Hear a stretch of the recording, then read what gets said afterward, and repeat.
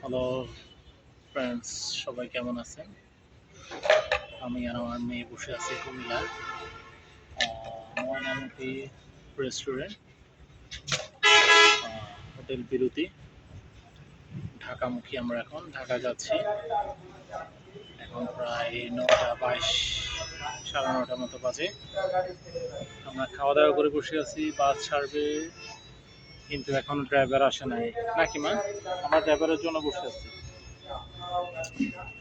দেখা যাক ড্রাইভার কখন আসে।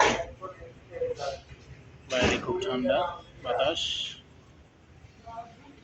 সবাই আমরা ওয়েট করতেছি।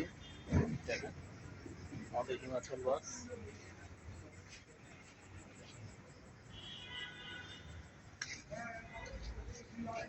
আমার মেয়ে আসতে চায়নি নোয়াখালী থেকে, এখন কি করবে, স্কুল খুলবে আগামী মাসে, আসতে তো হবে, তাই আর কি